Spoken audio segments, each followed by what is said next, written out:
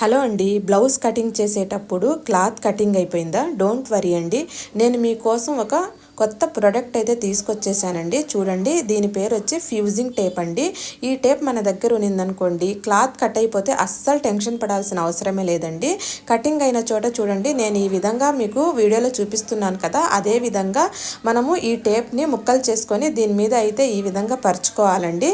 తర్వాత same colour cloth పెట్టి water spray చేసి మనము ఐరన్ అయితే చేసుకోవాలండి. ఇలా ఐరన్ చేసుకున్న తర్వాత మనము తిరగదిప్పి చూసామనుకోండి, అసలు ఎక్కడ కటింగ్ అయింది అనేది కూడా మనకు కనిపించదండి. యాక్చువల్గా నేను మీకు రాసిలిక్ మీద చూపిస్తున్నానండి వీడియో.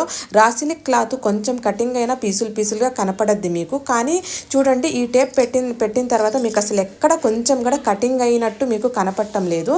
ఈ టేప్ అయితే మన టైలర్స్కి చాలా యూస్ఫుల్ అండి. మనము హెమ్మింగ్ చేయాలా, అర్జెంట్ బ్లౌజులు ఇవ్వాలా, హెమ్మింగ్ చేయాలన్నప్పుడు మనకు టైం ఉండదు కదండి. అలాంటప్పుడు ఈ టేప్ మన దగ్గర ఉంటే ఈ టేప్ పెట్టేసి మనము పట్టీ దగ్గర, హ్యాండ్స్ దగ్గర కానీ, వీపు దగ్గర కానీ ఈ టేప్ పెట్టేసి మనము కొంచెం వాటర్ స్ప్రే చేసేసి తర్వాత మనం ఐరన్ చేసేసామనుకోండి, అసలు హెమ్మింగ్ చేయాల్సిన అవసరమే లేదండి. చాలా నీట్గా అతుక్కోపోద్ది. ఇది చాలా యూస్ఫుల్ ప్రోడక్ట్ అండి. మీకు ఎవరికన్నా కావాలనుకుంటే స్క్రీన్ మీద స్క్రోల్ అవుతున్న నెంబర్కి అయితే వాట్సాప్ చేయండి. అలాగే మీ ఫ్రెండ్స్ అండ్ ఫ్యామిలీ మెంబర్స్కి తప్పకుండా ఈ వీడియోని షేర్ చేయండి. Thank you.